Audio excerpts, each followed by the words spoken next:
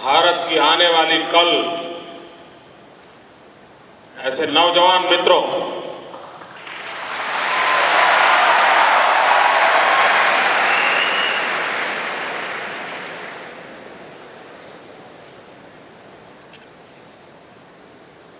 Nine 11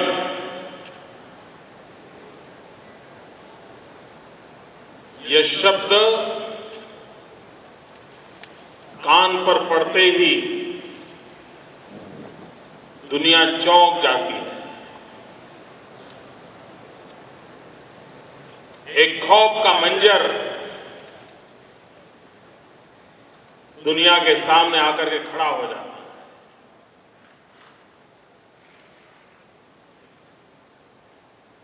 लेकिन पूरे विश्व को आज मैं कहना चाहता हूं, एक और भी 9/11 थी।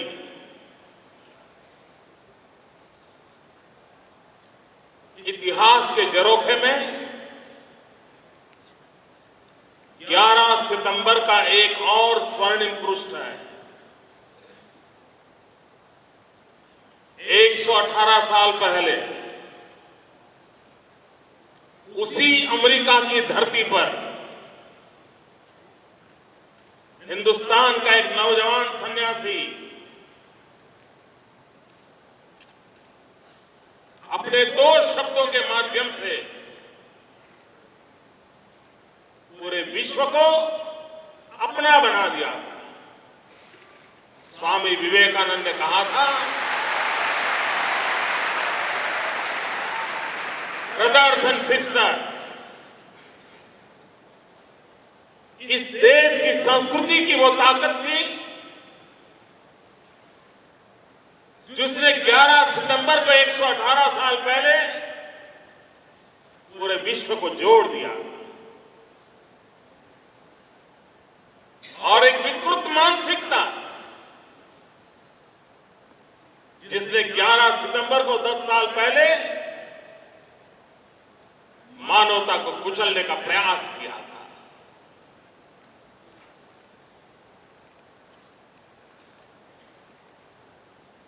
पहले भी 11 सितंबर थी, वो भी 11 सितंबर थी।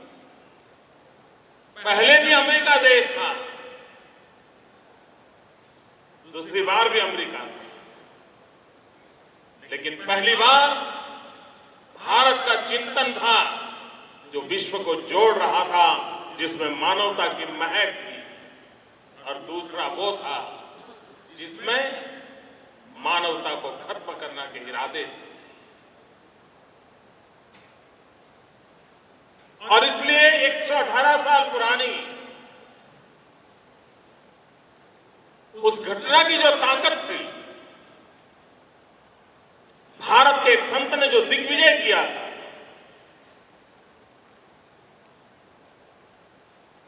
अपने संस्कारों से, अपनी संस्कृति के परिचय से पूरे विश्व को कंकर कर लिया था, उसी दिवस को स्मरण करते हुए भारत का युवा धन फिर से एक बार विश्व को कंकर करे, इस सपने का बीजारोपण आज इस धरती पर हो रहा है।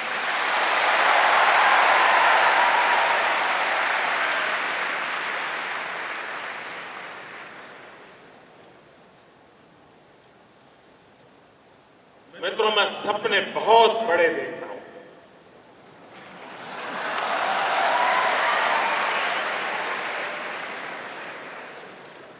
खुद के लिए नहीं, आपकी खिदमत के लिए।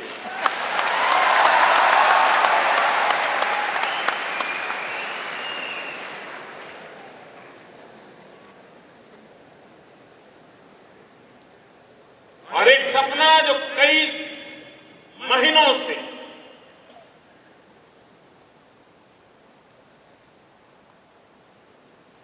मेरे मन मंदिर में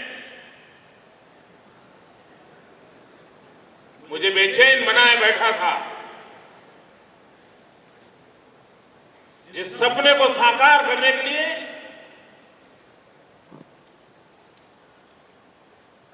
मुझे योग्य लोगों की तलाश थी।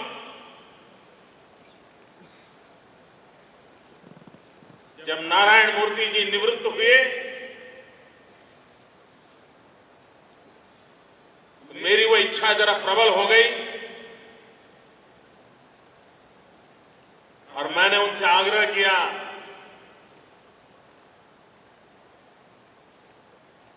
कि आप इस काम को संभालिए, आइए, नौजवानों का मार्गदर्शन कीजिए।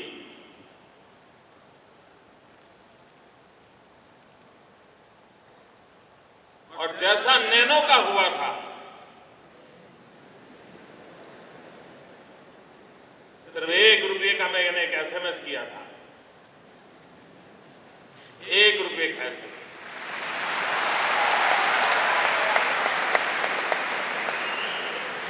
और नैनो आज गुजरात में है। मैंने नारायण मूर्ति जी से सिर्फ 5 मिनट ली थी, 5 मिनट, और परिणाम यह है कि आज नारायण मूर्ति जी ने इस काम को स्वीकार कर लिया।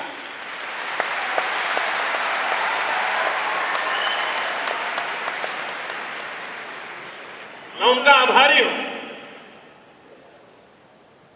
उनके समय की बहुत कीमत है। वे अपनी हर मिनट क्रिएटिविटी और प्रोडक्टिविटी के लिए खपाने वाले व्यक्ति हैं। उन्होंने यह दायित्व संभाला है और उसके कारण आई क्रिएट का भविष्य उज्जवल है, यह मुझे विश्वास है। गुजरात की टेक्निकल दुनिया के सारे सितारे यहां जगमगा रहे हैं।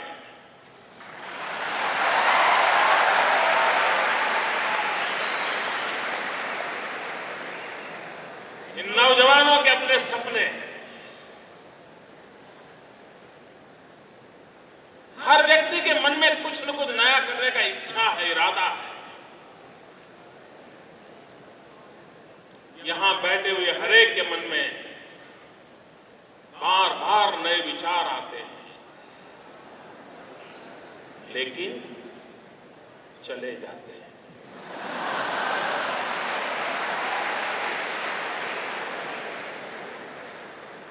और वहीं मेरा काम शुरू होता है।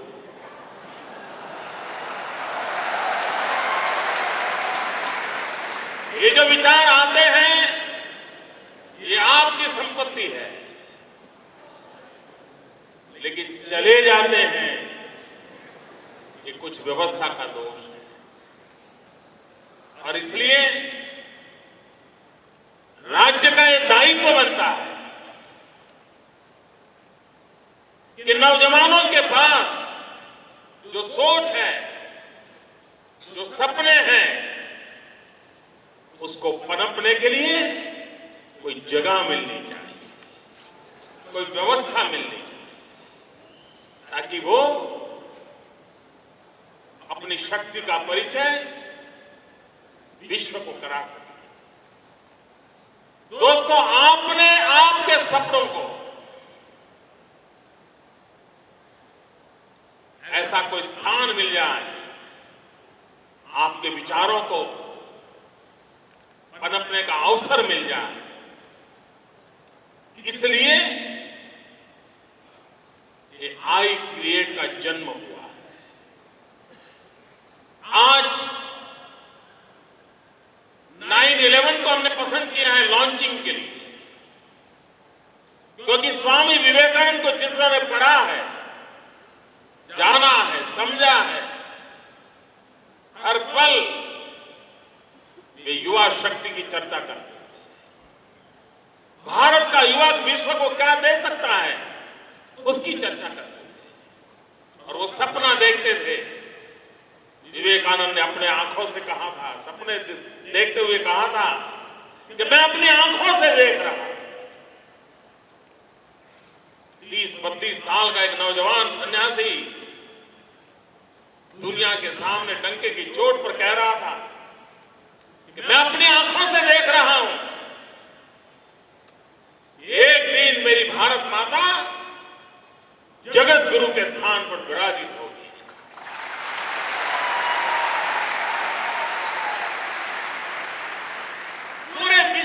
मार्गदर्शन करती होगी।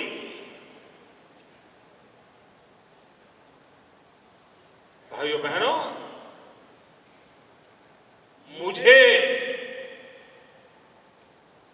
विवेकानंद के शब्दों में श्रद्धा है। मुझे उन शब्दों की ताकत में भरोसा है और विवेकानंद जी के उन शब्दों की ताकत के भरोसे ये विशाल युवा शक्ति को हम अवसर देना चाहते हैं।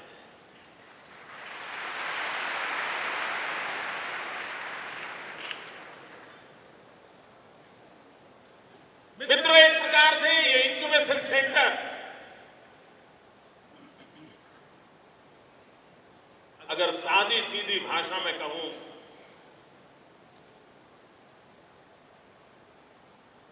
ये उज्जवल भविष्य का गर्भाशय है, जो गर्भाधान करेगा नए नए विचारों का, और विचार व्यवस्था के सहारे विश्व को नई खोज देंगे, नई कल्पनाएं देंगे, नए परिवर्तन देंगे। हम कम्युनिकेशन टेक्नोलॉजी को देखें, साइंस के सिद्धांत तो सदियों से चले आए होंगे,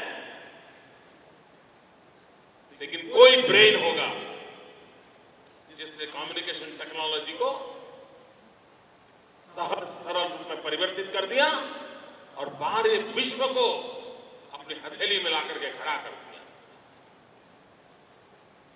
कोई एक विचार, कोई एक इनोवेशन, बस उसे पनपने का अवसर चाहिए।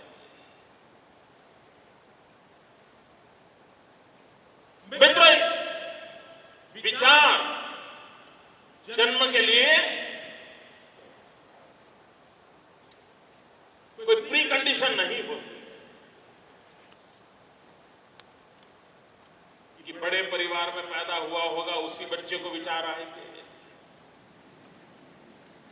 मल्टी मिलियनर बिलियनर बाप होगा उसी को विचार आएंगे, जिसके घर में 6 गाड़ियां होगी उसी को विचार आएंगे, एयर कंडीशन कमरा होगा तभी विचार आएंगे। नहीं दोस्तों,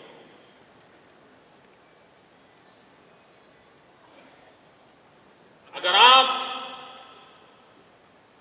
भविष्य की ओर नजर करने वाले इंसान हैं, अगर आप संवेदनाओं से सभर है,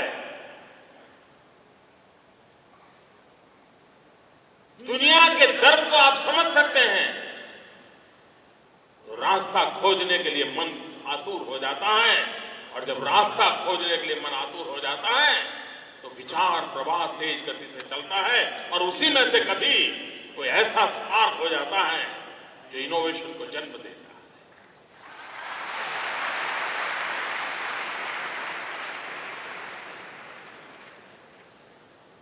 और वही व्यवस्थाओं को बदल देता है।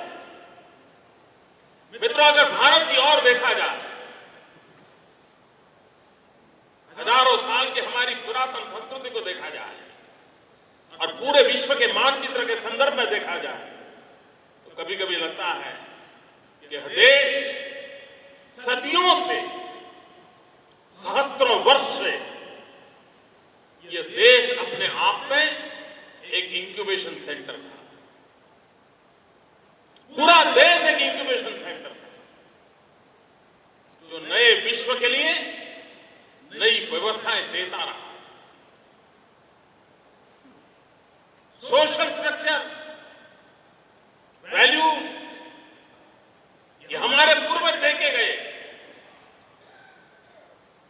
आज भी फैमिली नाम की इंस्टीट्यूशन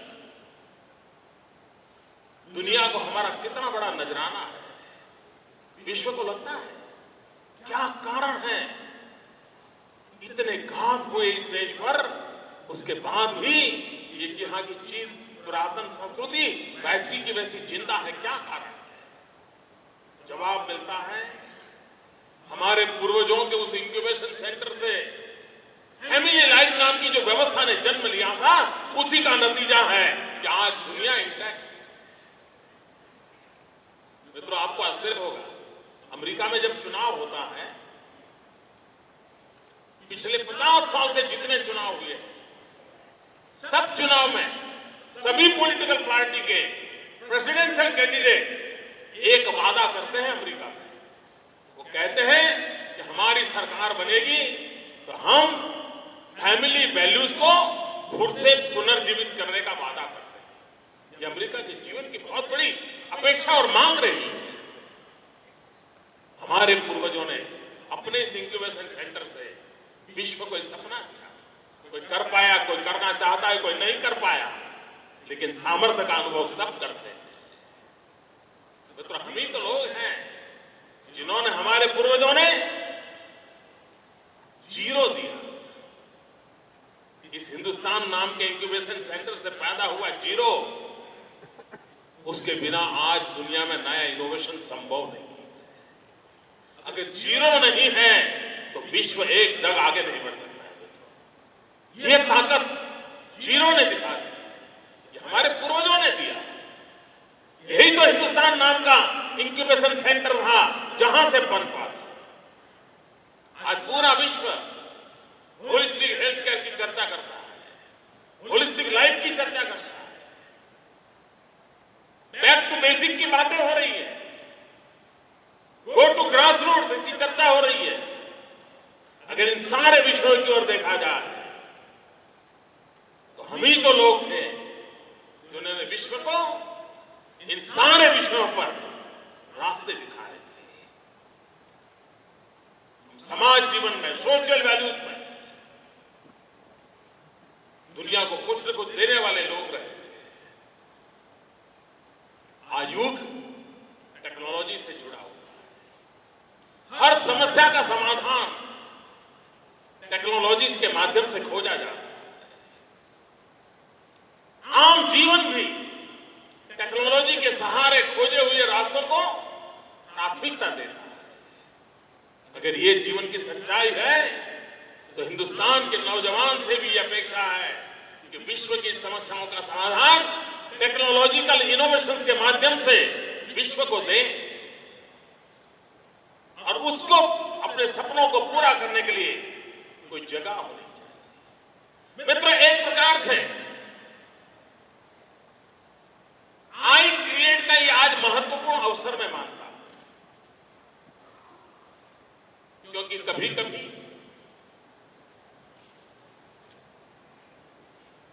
अच्छी फसल के लिए खेत को जोतना पड़ता है।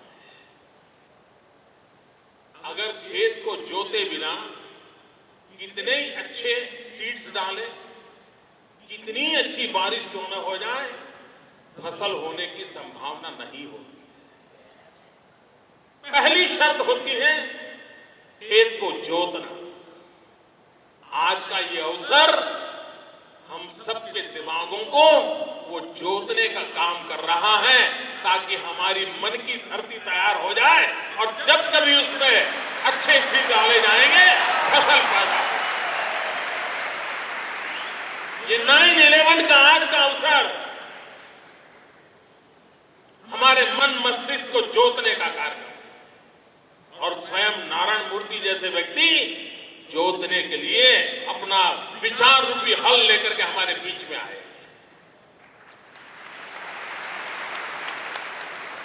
और उसी से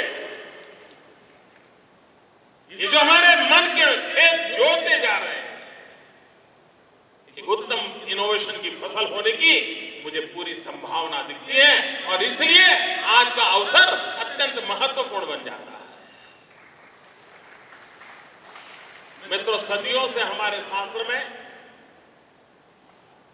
एक शब्द का बार बार उल्लेख होता है और कहा जाता है कि ब्रह्मा विष्णु महेश, और उसमें कहा जाता है ब्रह्मा यानी creator, role of the Brahma is a creator.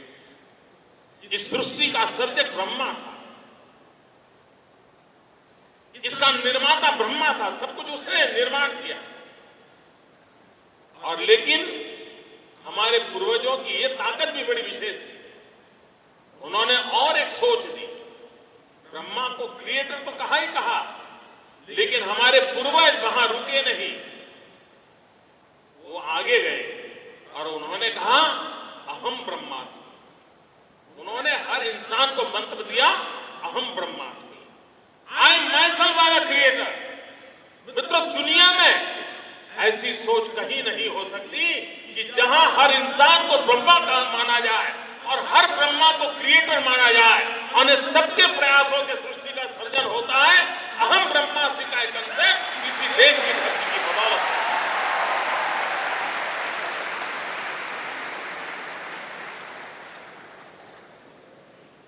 ये अहम ब्रह्मास्मि,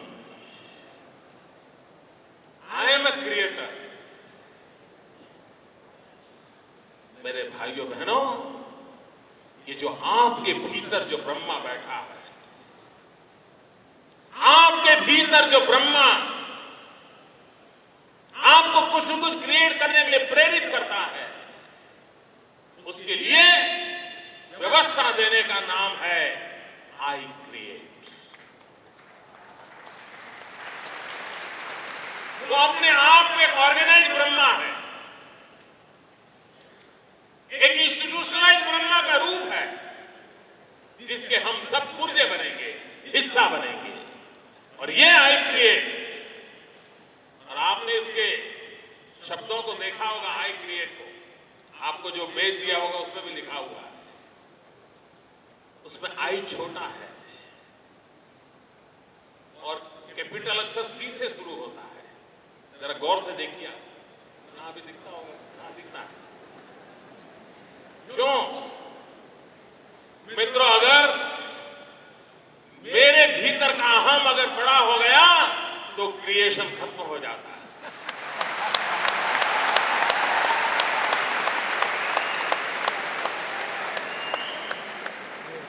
क्रिएटिविटी की सबसे पहली रुकावट यही होती है कि जहां आई कैपिटल हो जाता है, क्रिएटिविटी खत्म हो जाती है।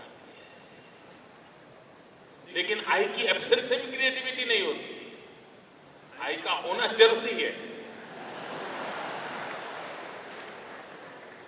लेकिन अहम रूप से मुक्त चाहिए, और इसलिए ये जो नाम जब तय किया तो आई कैपिटल न हो, गलती से भी ना हो, उसकी चिंता की। लेकिन फिर भी मित्रों, शुरुआत छोटे आई से आई क्रिएट कर रहे हैं, लेकिन सपना बड़े आई वाले क्रिएट से करना है मुझे, कैपिटल आई वाले। और जब मैं कैपिटल आई वाले क्रिएट की बात करता हूं, तब आई यानी आप इंडिविजुअल से शुरू करके आई फॉर इंडिया।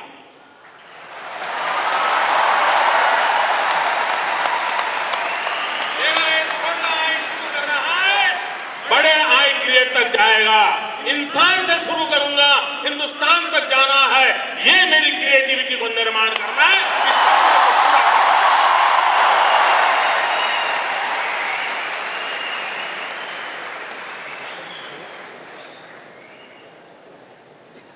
एक ऐसी इंस्टीट्यूशन को हम जन्म देना चाहते हैं जिसको भी ऐसे नए विचार आते हैं, उसके पास पैसे नहीं होंगे, जिस टूल्स की जरूरत हो, जिस मशीन की जरूरत हो, जिस प्रकार के कंप्यूटर की जरूरत हो, उसके पास नहीं होगा। वो करेगा क्या?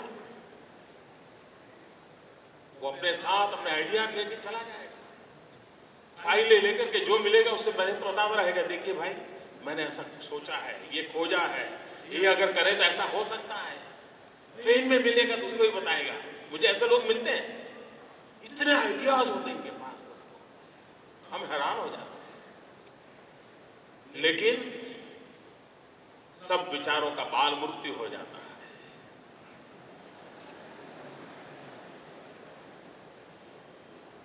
हम उससे बचना चाहते हैं, हम बचाना चाहते हैं। और मित्रों, गुजरात इस देश का पहला राज्य है जिसने इस दिशा में शुरुआत की है। सबसे पहला काम किया हमने, इनोवेशन कमीशन बनाया। इस इनोवेशन कमीशन के माध्यम से इस प्रकार के नए नए आइडियाज के साथ जीने वाले लोग कौन है, जरा जानो तो भाई। वो भी अपनी चीजें बताने लगे कि मैंने ऐसा प्रयास किया है, मैंने ऐसा प्रयोग किया है। सरकार ने उसको संकलित करने का प्रयास शुरू किया है। उन आइडियाज को शेयर करने के लिए प्लेटफॉर्म खड़े किए हैं। पिछले दिनों एक छोटी बुकलेट भी मैंने सिर्फ टीचर्स ने कैसे नए नए इनोवेशन किए हैं, शिक्षा के जगत में अपने तरीके तौर तरीके में क्या बदलाव लाए, उसको कंपाइल किया है। आगे चलकर के इसको हम और ब्रॉड बनाना चाहते हैं। तो पहला स्टेप था इनोवेशन कमीशन के माध्यम से इन नई नई चीजों को, नई नई सोच को, नए नए आइडियाज को इकट्ठा करना, उनको लाना, चर्चा करना, और उसमें से जिसको रिप्लिकेट किया जा सकता है, जिसको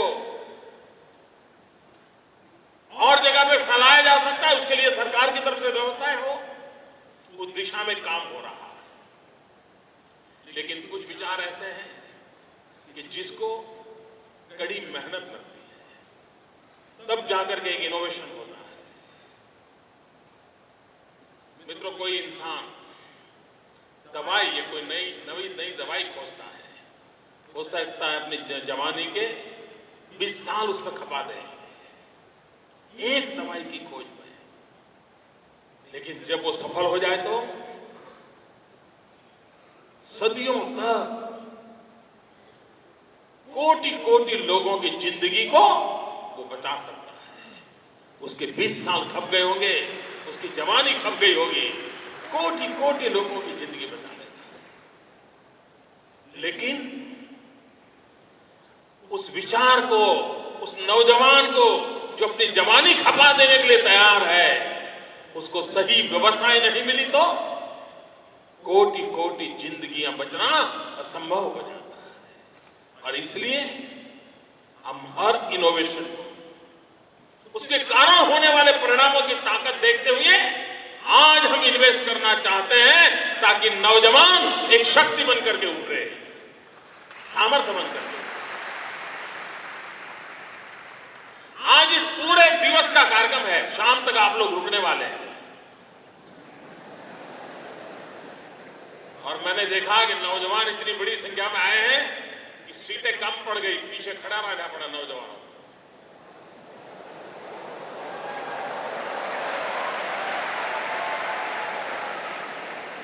और मैं उनकी क्षमा मांगता हूं कि व्यवस्था कम पड़ गई।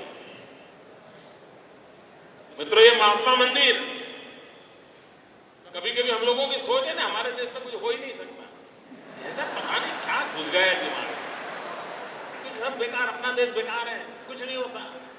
मित्रों, आप जिस भवन में बैठे हो महात्मा मंदिर में, यही देश, यहीं की ईंटें, यहीं के पत्थर, यहीं का चूना, यहीं का सीमेंट, यहीं के लोग, यहीं की सरकार, यहां के इंजीनियर, यहां के कारीगर 182 देश में बनाया। मित्रों, 182 डेज, 182 डेज में बनाया ये महात्मा मंदिर को। सामर्थ्य पड़ा है, उस सामर्थ्य का स्वीकार करने का मन चाहिए। और इसलिए दोस्तों, आज दिन पर जो वर्कशॉप चलने वाले हैं, अनेक विषयों पर आप लोग नौजवान, अनेक एक्सपर्ट लोगों के साथ विचार विमर्श करने वाले हैं। एक प्रकार से वो जोतने वाला कार्यक्रम होने वाला है। गुजराती में कहिए ना तो खेड़वाणु काम।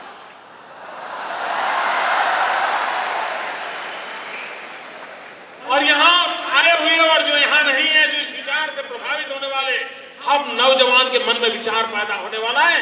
हाँ भाई, मन में कोई विचार आता है तो उसके पीछे जरा गंभीरता से समय निकालो, सोचो विचार कैसे आया, ये सब क्यों हो रहा है।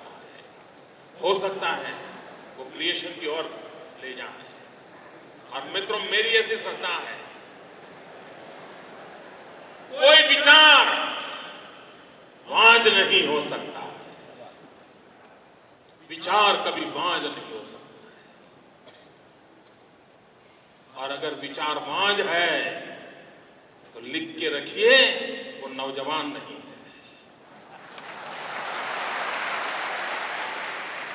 विचार कभी वांझ नहीं होती। विचार क्या है, वांझियो ना हो दोस्त।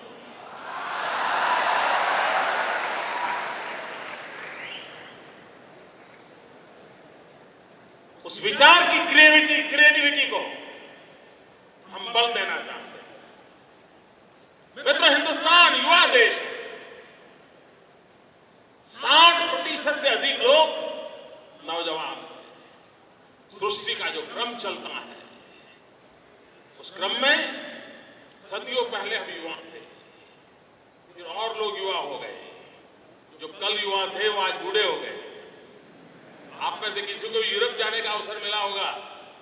आप यूरोप में जाएंगे, ट्यूब में दौरा कर रहे हैं, कहीं सफर कर रहे हैं, आपको सैकड़ों की तादाद में बूढ़े लोग मिलेंगे, हाथ में लकड़ी लेके चल रहे हैं। नौजवान खोजना पड़ता है, क्योंकि वो पूरा विश्व का वो हिस्सा सृष्टि के क्रम से बुढ़ापे की ओर चल पड़ा है। और हिंदुस्तान के किसी भी कोने में चले जाइए, नौजवान ही नौजवान।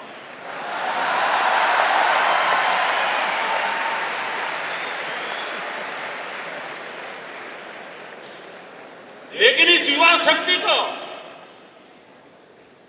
हम सीना तान के घूमते रहे। हमारा देश युवा है, हमारा देश युवा है, हमारा देश युवा है, हमारा देश युवा है, हमारा देश युवा है। माला माला फेरते रहे तो यही युवा बोझ बन जाएगा, संकट बन जाएगा। नेतृत्व की कसौटी यही है, ये युवा क्रिएटिव शक्ति के अंदर कन्वर्ट होना चाहिए। और युवाओं को शक्ति को क्रिएटिव शक्ति के अंदर कन्वर्ट करने का काम, इसी के लिए यह आई क्रिएट जन्म हुआ है। हम हर क्षेत्र में, और मित्रों हमारा ध्यान यहां तक हम लेना चाहता है कि 8वीं कक्षा के 9वीं कक्षा के बच्चे जो साइंस फेयर में आते हैं, नए नए इनोवेशन लेकर के आते हैं, कभी कभी उनमें से स्पार्क दिखाई देता है। ऐसे बच्चों को भी हम अवसर देना चाहते हैं। उनके अंदर कोई स्पार्क पड़ा है तो दुनिया को कुछ करके दिखाए। दोस्तों, टेक्निकल जगत के नौजवानों के लिए बहुत बड़ा अवसर है, और हम कैंपस भी बढ़िया बनाना चाहते हैं। ये देखा ना आपने, अच्छा लगा ना? महात्मा मंदिर अच्छा लगा ना? ये आई क्रिएट भी इतना ही बढ़िया बनाना है। करीब 30 एकड़ से ज्यादा भूमि पर बनाएंगे, और उसमें भी बहुत बढ़िया बढ़िया फैकल्टी को भी हम रखेंगे। हम ग्लोबली जो इंस्टीट्यूशन इस पर काम कर रही है, उनको हम जोड़ना चाहते हैं। अगर इजराइल इसमें लीड कर रहा है तो हम इजराइल को जोड़ना चाहते हैं। हम दुनिया के समृद्ध, शक्तिशाली, क्रिएटिविटी में कंट्रीब्यूट करने वाले देशों को इसके साथ हम जोड़ना चाहते हैं। और ये वो चीज नहीं है एकदम बहुत बढ़िया आइडिया लाया और अरबों खरबों का काम हो जाने वाला है, उन्हीं को अवसर मिलेगा, ऐसा नहीं है। कोई छोटी सी भी चीज खोज के ले आएगा जो सामान्य व्यक्ति की जिंदगी में मदद कर सकती है, उसको भी ग्रूम करने के लिए वहां अवसर दिया जाएगा।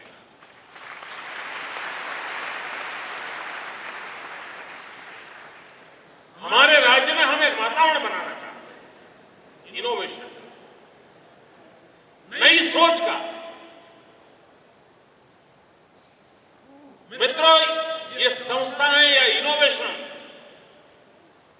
तब तक सफल नहीं होते हैं जब तक आपके भीतर साहस वृत्ति न हो। जो बहुत सोच सोच करके कदम रखता है, यहां से निकलूंगा तो रिक्शा मिलेगी कि नहीं मिलेगी, बस स्टेशन पे जाऊंगा तो बस खड़ी होगी कि नहीं होगी, बस में तो जाऊंगा सीट मिलेगी कि नहीं मिलेगी, राजकोट जा रहा हूं तो जिसको मिलने जा रहा हूं वो होंगे कि नहीं होंगे।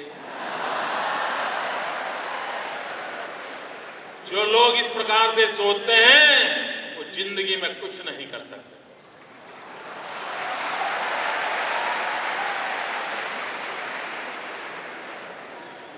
सफलता की पहली शर्त होती है साहस वृत्ति। और जो साहस कर सकता है, निर्णय कर सकता है, मुझे लगता है मैं सफल हो जाऊंगा, भले 2-4 साल लग जाए, मैं खपा दूंगा, वो सफल होकर के रहेगा।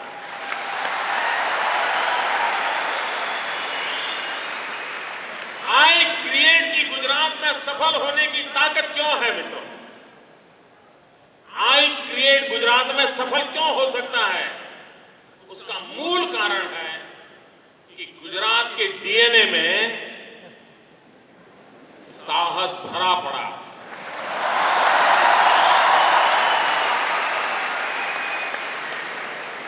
ये हमारी जेनेटिक सिस्टम में है। अगर ये न होता तो 400 साल पहले मांडवी के अंदर छोटे छोटे लोगों ने बनाए हुए नाव लेकर के 400 साल पहले दरिया के अंदर, समुद्र के अंदर मेरे पूर्वज कभी नहीं कूदने का साहस करते। पूरे अफ्रीका पहुंच गए थे 400 साल पहले। मतलब हमारे डीएनए में साहस वृत्ति, ये हमारी जेनेटिक सिस्टम है। और जिस राज्य के पास, जिसके नौजवानों के डीएनए में साहस वृत्ति हो, उसकी रिस्क टेकिंग कैपेसिटी बहुत होती है। और जब रिस्क टेकिंग कैपेसिटी होती है तो क्रिएशन अपने आप होने की संभावना होती है। और इसलिए आई क्रिएट यहां सफल होने की संभावना।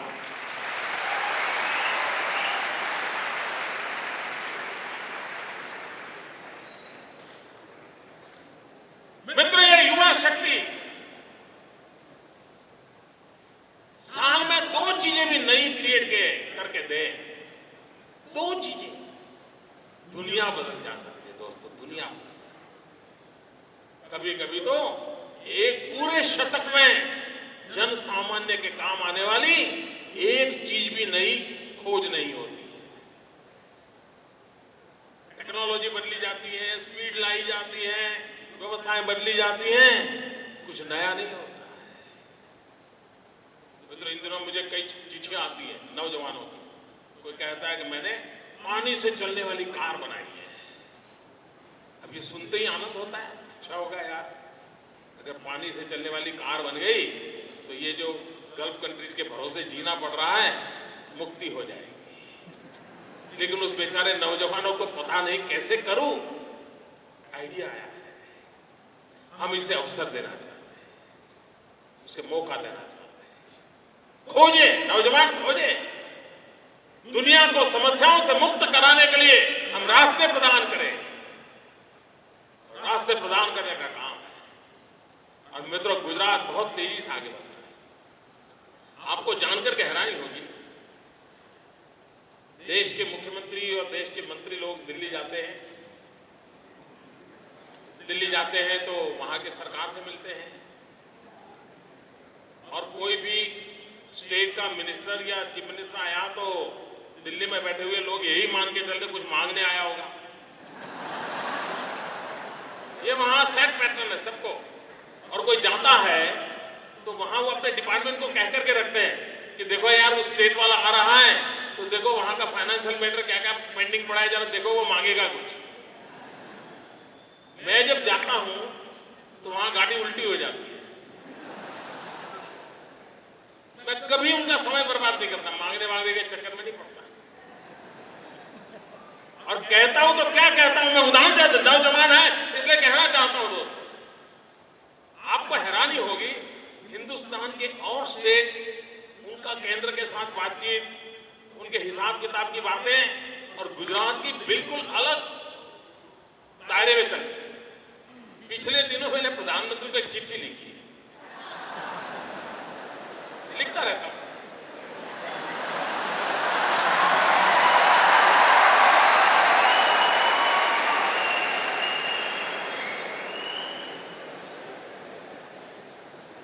उसमें भी तो क्रिएटिविटी है।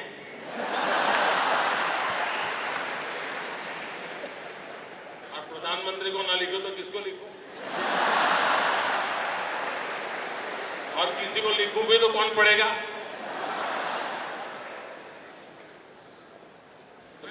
प्रधानमंत्री जी को क्या लिखा? मैंने कहा प्रधानमंत्री जी, हम गुजरात को विकास की जिस दिशा में ले जा रहे हैं उसमें मुझे ये जो हमारे सैटेलाइट्स हैं, उस सैटेलाइट की जो कैपेसिटी है उसका मैक्सिमम शेयर मुझे गुजरात को दो ताकि मैं मेरे राज्य की भलाई कर सकूं। Can you imagine? एक राज्य सैटेलाइट स्ट्रेंथ की राज्य के विकास में उपयोगिता के लिए भारत सरकार से मांग कर रहा है। हमारा विकास का विजन ये है दोस्तों, हम बीती हुई कल के भरोसे जीना नहीं चाहते मित्रों, आने वाले समृद्ध भारत के सपने को इस धरती पर साकार करना चाहते हैं।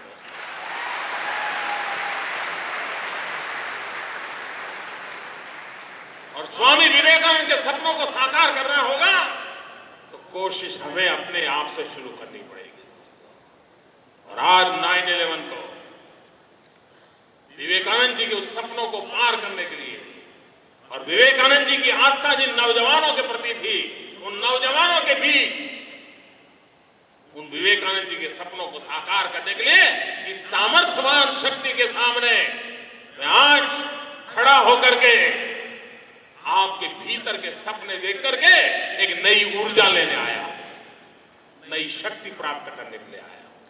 और आप ही से जो शक्ति मिलेगी उसी शक्ति के भरोसे हम गुजरात को और नई ऊंचाइयों पर ले जाएंगे और नई शक्ति के साथ खड़ा कर देंगे।